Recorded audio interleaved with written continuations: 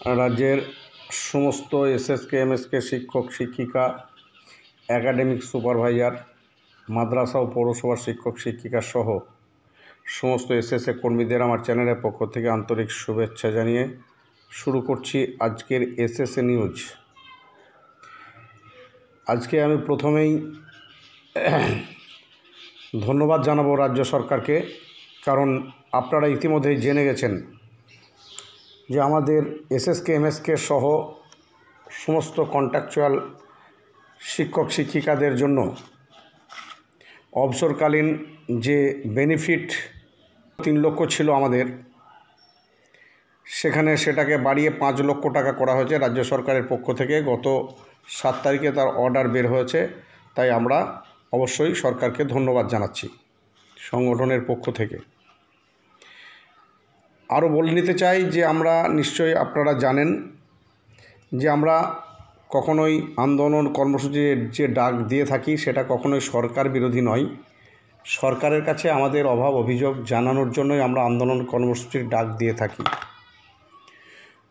গত 6 মার্চ যে আন্দোলন কর্মসূচির ডাক দেওয়া হয়েছিল, সেখানে এসএসকে এমএসকে শিক্ষক শিক্ষিকা, পার্শ্ব শিক্ষক এবং একাডেমিক সুপারভাইজার, মাদ্রাসা পৌরসভার শিক্ষক শিক্ষিকা সহ আরও বেশ কিছু চুক্তিভিত্তিক শিক্ষক সেখানে উপস্থিত ছিল। জমায়েতের হার খুব খারাপ হয়েছে সেটা বলবো না, তবে আশা করছি আরেকটু ভালো হলে ভালো হতো। একটা বিষয় মনে রাখবেন, আন্দোলনই একমাত্র পথ, আন্দোলন ছাড়া কোনো দাবি আদায় হয় না। তো সেই আন্দোলনের চাপে পড়ে রাজ্য সরকার কিছুটা হলেও আমাদের প্রতি সহানুভূতিশীল হয়েছে, তার একটা সুফল আমরা গতকাল দেখতে পেয়েছি যে সমস্ত চুক্তিভিত্তিক শিক্ষকদের টার্মিনাল বেনিফিট 5 লক্ষ টাকা করা হয়েছে। যদিও সেখানে অর্ডারে একাডেমিক সুপারভাইজারদের কথা উল্লেখ নেই। কয়েকজন একাডেমিক সুপারভাইজার এ বিষয়ে আমাকে গতকাল রাত্রে ফোন করেছিল।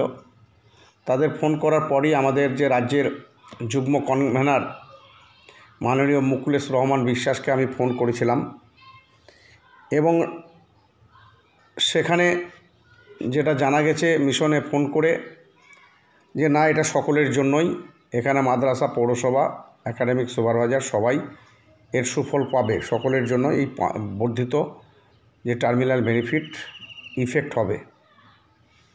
তো এই বিষয়ে আমি একটি কথা বলবো, কারণ অর্ডারে বারবার উল্লেখ করা থাকছে যে যাদের 2 লক্ষ এবং 3 লক্ষ টাকা টার্মিনাল বেনিফিট ছিল তাদের জন্য 5 লক্ষ করা হলো। এসএসকে এমএসকে শিক্ষক শিক্ষিকাদের ক্ষেত্রে এই জায়গাটায় খানিকটা হলেও ধোঁয়াশা দেখা দিচ্ছে, এবং এসএসকে এমএসকে শিক্ষক শিক্ষিকাদের মধ্যে একটা বিভ্রান্তি তৈরি হচ্ছে। কারণ এসএসকের বা এমএসকের যারা 65 অপশনধারী শিক্ষক, তারা কিন্তু 2 লাখ বা 3 লাখ কোনোটাই পায় না, তারা 1 লক্ষ টাকা পায়। কিন্তু 60 অপশনধারী শিক্ষকরা পায় 3 লক্ষ টাকা। তো সেক্ষেত্রে 1 লক্ষ টাকার কোনো উল্লেখ নেই, 2 লক্ষ এবং 3 লক্ষ টাকার উল্লেখ আছে, তাদের বাড়ানো হয়েছে। তাহলে কি 65 যে সমস্ত শিক্ষক 1 লক্ষ টাকা পায় তাদের কি বাড়ানো হয়নি? এই নিয়ে স্বাভাবিকভাবেই একটা বাস্তব চিত্র যদি দেখা যায়, একটা বিভ্রান্তি আছে, যেটা আমার মধ্যেও ছিল। তো আমি মুকুলেশ দার সঙ্গে ফোন করে এই বিষয়টা নিয়ে কথা বলেছিলাম।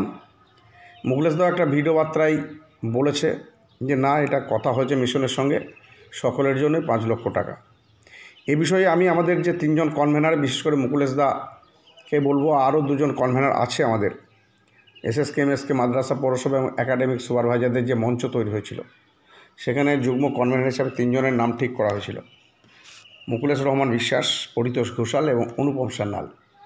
আমি 3 জন কনভেনারের কাছেই অনুরোধ করব যে মুখের কথা নয়, মুখের কথা বিশ্বাস করে এর আগে আমরা বহুবার ঠকেছি।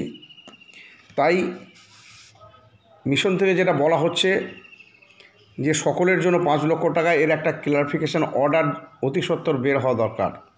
এই বিষয়টা আপনারা কিন্তু খুব মনোযোগ সহকারে দেখবেন আশা করছি, এবং আপনারা নিশ্চয়ই উপলব্ধি করেছেন যে এই ধোঁয়াশাটা রাজ্যের শিক্ষক শিক্ষিকাদের মধ্যে আছে, একটা বিভ্রান্তি আছে, এবং অর্ডারটা স্বাভাবিকভাবেই বিভ্রান্তিকর, অর্ডারের মধ্যেই বিভ্রান্তি তৈরি হয়ে আছে। তো যদি মিশন থেকে ক্লারিফিকেশন একটা অর্ডার বের হয়, যে 60-65 সমস্ত শিক্ষক শিক্ষিকাদের জন্য এসএসকে এমএসকে মাদ্রাসা পৌরসভা একাডেমি সুপারভাইজার সকলের জন্যই 5 লক্ষ টাকা করা হলো। সেক্ষেত্রে 65 শিক্ষক শিক্ষিকাদের যে বিভ্রান্তি আছে বা একাডেমিক সুপারভাইজারদের যে বিভ্রান্তি আছে সেটা দূর হবে। তো সেই চেষ্টা অবশ্যই করতে হবে সংগঠনের পক্ষ থেকে। আশা করছি সেটা করবেন। আরেকটা বিষয় হচ্ছে সাংগঠনিক বিষয় নিয়ে আমি কয়েকটি কথা বলবো। আমরা 6 তারিখে যে কর্মসূচি ঘোষণা করেছিলাম, 3 তারিখ মানে 3 ফেব্রুয়ারি ত্রিপুরা ভবনে কয়েকজনের ঐকান্তিক প্রচেষ্টায় আমরা সমস্ত সংগঠনের নেতৃত্বকে একটা ঐক্যবদ্ধভাবে দাঁড় করাতে পেরেছিলাম এবং সেখানেই সিদ্ধান্ত গ্রহণ করা হয়েছিল যে আমরা ঐক্যবদ্ধভাবে একটা বৃহৎ কর্মসূচি গ্রহণ করব এবং সে মতোই 12 ফেব্রুয়ারি করুণাময়ীর পাশে কোর কমিটির সভায় সিদ্ধান্ত গ্রহণ করা হয়েছিল এবং 6 তারিখে সেই কর্মসূচি আমরা মোটামুটি সাফল্যের সঙ্গে সম্পন্ন করেছি। তার আগে ওই কোর কমিটির সিদ্ধান্ত হয়েছিল প্রতিটি জেলায় ডিএম অফিস এবং সভাধিপতির কাছে ডেপুটেশন দেওয়া হবে। তো সেক্ষেত্রেও বেশিরভাগ জেলায় ডেপুটেশন দিয়েছে, কিন্তু কয়েকটি জেলার ডেপুটেশন হয়েছে বলে আমার মনে হয় না, বা সেরকম কোনো ভিডিও ফুটেজ আমরা পাইনি। তা কেন হলো না সেগুলো অবশ্যই পর্যালোচনা সভায় আলোচনা করা দরকার। আরেকটা বিষয় হচ্ছে যে শিক্ষক শিক্ষিকাদের মধ্যে একটা অংশের অনীহা দেখা যাচ্ছে আন্দোলন কর্মসূচিতে যোগদান করার ক্ষেত্রে। তো এই জায়গাটা অবশ্যই ধরা দরকার। সমস্ত জেলা নেতৃত্বদের অনুরোধ করব ব্লক ভিত্তিক সভা করে একটা পর্যালোচনা করা দরকার যে নিজ নিজ জেলায় কোন শিক্ষকগুলো এই কর্মসূচির বাইরে থাকলো, কোনোভাবেই এই কর্মসূচিকে সহযোগিতা করেনি। যে 50 টাকা করে দেওয়ার কথা বলেছিল সেখানেও দেয়নি, জেলার যে ডেপুটেশন সেখানেও যায়নি, তারপর জেলার মিটিংও আসছে না, 6 তারিখের যে কর্মসূচি সেখানেও যায়নি। এই ধরনের শিক্ষকদের একটু চিহ্নিত করার দরকার হয়েছে। আপনারা লক্ষ্য করে দেখবেন এখনও পর্যন্ত গ্রুপগুলিতে সংগঠনের বিষয়ে কিছু বিরূপ মন্তব্য করা হচ্ছে। তো যে সমস্ত শিক্ষক বিরূপ মন্তব্য করছেন তার অধিকাংশটা আমি লক্ষ্য করে দেখেছি, তাদেরকে কখনোই কোনো আন্দোলন কর্মসূচিতে আমরা পাইনি। শুধু বাড়িতে বসে বসে হোয়াটসঅ্যাপ ফেসবুকে তারা বিরূপ মন্তব্য করছেন।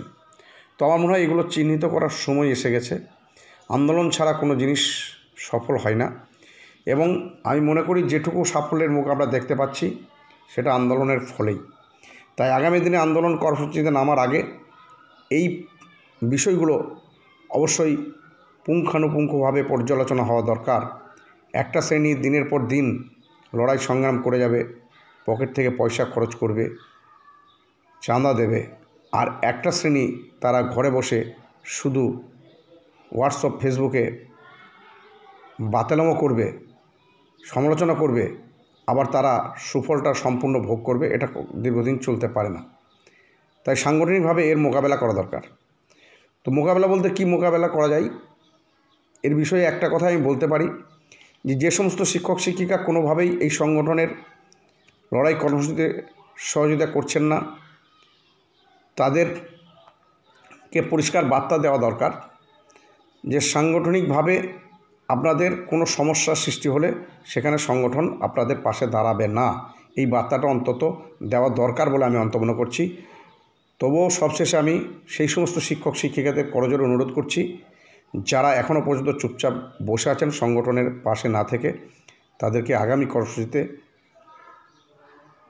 স্বতঃস্ফূর্তভাবে যোগদান করার আহ্বান জানাচ্ছি। আশা করছি তারা যোগদান করবেন।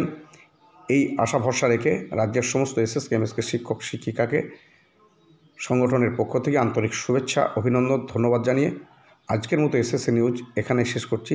সকলেই ভালো থাকবেন, সুস্থ থাকবেন। ধন্যবাদ।